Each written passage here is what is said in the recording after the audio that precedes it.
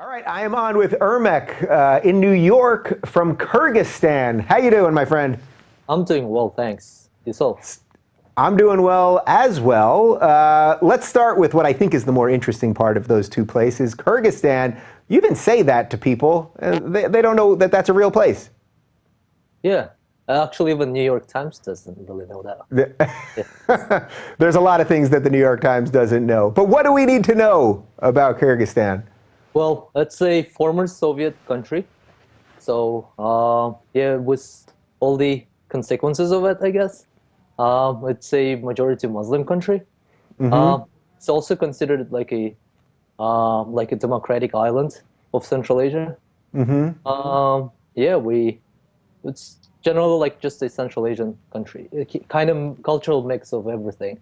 Yeah, so that's exactly what I thought was so interesting about your submission here, because you wrote, I'll loosely quote you, you said, "I'm probably an awkward dream of American Democrats, but I'm not a Democrat. I'm an asylee from Kyrgyzstan, which is part of the former Soviet Union in Central Asia. So I'm somewhat Asian, somewhat Turkic, and somewhat Russian, racially and culturally." That is a mix that I think would have a lot of people confused for the people that are obsessed with racial and ethnic mixes. Oh, definitely, definitely. So yes, we are kind of Turkic because like our heritage is kind of Turkic, and we're kind of raised Russian, and culturally we're kind of Russian.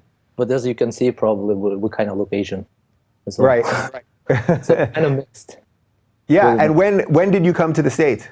I moved to the States in 2010. So yeah. tell me what that's like as a, you were in your, I guess, upper teens at the time or how old are you? Yeah, you were about 20 or so, right? Yep, exactly. And what was that like to move to the States? Well, it was a different experience. I've been to the States before that, actually, when I finally moved to the States.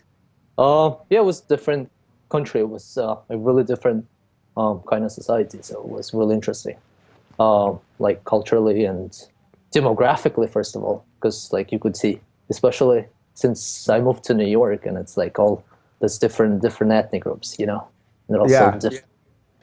And how do you like being in New York, where there literally is everybody from every walk of life? Yeah, it's actually certainly it's the best city I think in the world. I've been to 38 states in the country, but I find New York is one of the really coolest places to live. Indeed. Wow. Why have you done so much traveling? Is that work related? It was just for work, and yeah, like mostly for work. And I used to work for like different companies, and we used to travel, and everywhere from like deep south, from Louisiana and Mississippi to like New England and Maine and Florida and stuff like that. It was really interesting. Very cool. Well, this is exactly what the American dream is. Someone coming here and finding work, hopefully building a life that they're happy with and proud of. One of the things that you wanted to talk about was that you see Trumpism as a middle-class revolution, sort of, or at least a counter-action to a lot of stuff that was going on. Can you explain that?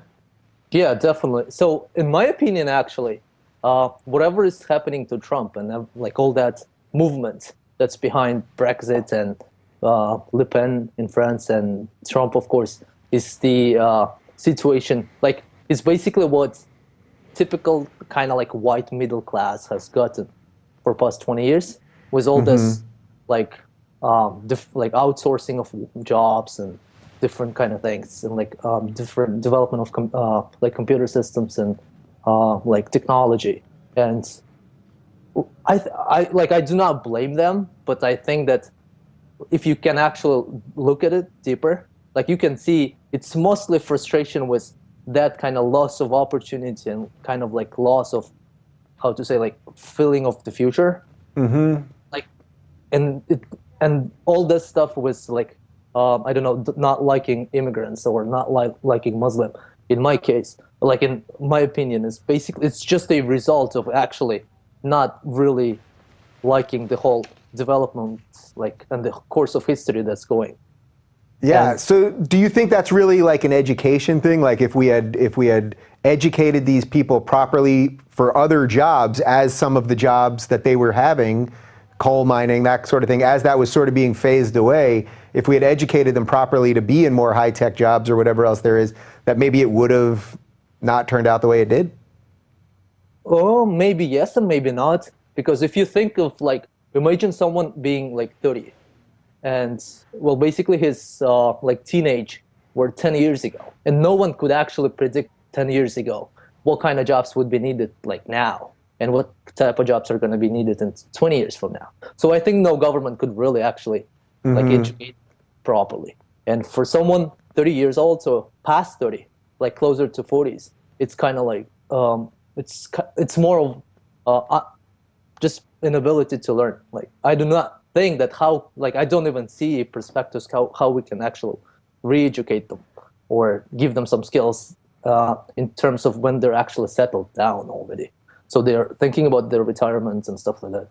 And how, in this case, we can just all of a sudden just give them new skills. I don't see. What do you think? Do you have an answer for that then? If you can't give a certain amount of them new skills, what do you do? Any thoughts? My personal actual opinion is that I think what's lacking in the society today, in the U.S. society, is partially like lack of trust, inability to actually listen to each other. So people on the coast kind of like just do not even listen and do not even want to understand what the concerns of the middle class Americans are. At the same time, thing goes from the middle class to the coastal regions, and they're just not able to really understand and trust each other. And if they're not able to trust, they will never be able to actually come up with solutions. And I think that's the only problem. Like we need some leadership that actually can put the country together, not put it apart, not like us against someone else kind of situation. So speaking of that, if I was to listen to some of my friends on the left, they would say what an anti-immigrant nation we are and how unfair we are to people that come here and to minorities and all of those things. So as someone that came here at about 20 years old that clearly is doing good stuff and traveling and has a good job and all that, has there been any negativity attached to your experience here? I do not really think. I think on the basic level, maybe sometimes and somewhere. But it's more of like, it's not real, like I do not really believe in systematic racism, like that's for sure. I don't think it really exists. I think if it happens on like a basic level somewhere in the supermarket or something, that's something that you just live with. There's no problem with that. I think like on the systematic level, I feel actually kind of privileged being with the backgrounds I have, like and having this like opportunities to take versus, I don't know, someone from some mid-state coming to New and not even being able to expose to like different cultures that are here, and opportunities. Yeah, that really flips it on its head that you feel privileged as someone that has your background and that's new to this country versus somebody that doesn't get the skill set, as you were talking about earlier, and that would struggle to do what you're doing. Yeah, I think that's one of the big reasons why I believe that's a like kind of middle class counter-revolution, because in my opinion, people like me actually have more opportunities than someone from like mid-state or someone from like like African American suburbs of Detroit. I think that yes, we do indeed have lots of more opportunities.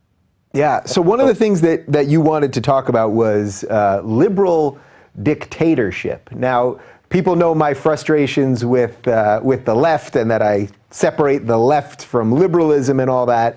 And I think in your comments, you do make that same distinction. But you see a lot of worrisome stuff happening with this group of people right now, right? Oh, indeed. I think like left liberals, and I want to just point out that I say left liberals versus like European liberals. Left liberals, I think they have all the aspects of what's considered religion. It's more of like a belief, and I just believe it, and I will not accept any other opinion, and I will not tolerate it. And that's like what I've I really didn't see it that much, like in college, and I went to college here in the city. But like it certainly exists, like this concept of where people just do not accept any other opinion, and it's just me or that's it. and Yeah. not having even trust. And it's going back to the trust that I told about before. It's just inability to even listen and accept. And we all have the same values. We all want the country to prosper and people to prosper. I do not think that people on the right do not want like help poor people. You know, it's just we think in a different way how we want to. Like we think differently how we want to help them, and that's what maybe left cannot really understand, and they're just Yeah. not able to.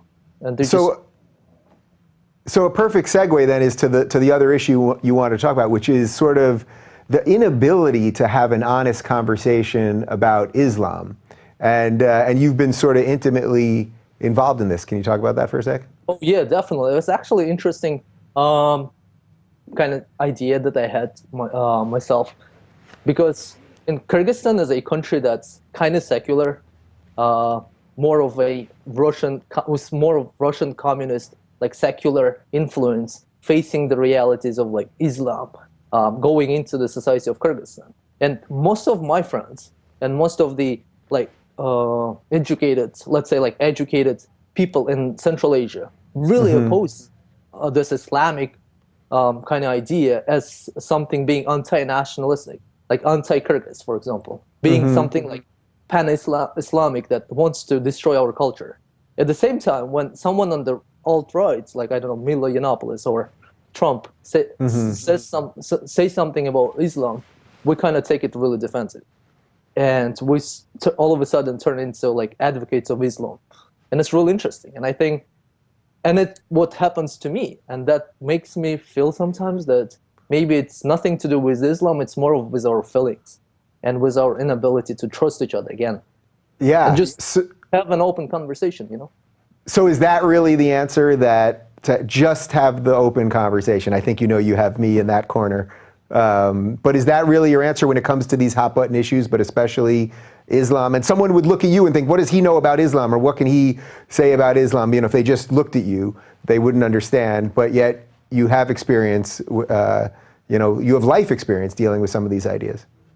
No, indeed, and I think that's what actually lacking, like having people that are able to talk to each other, and from different spectrum, having someone from and that's why I was amused was a conversation between Bill Maher and Milo Yiannopoulos when they spoke to each other, and they're like from opposite, like completely opposite spectrum of political spectrum, and they were able to talk to each other.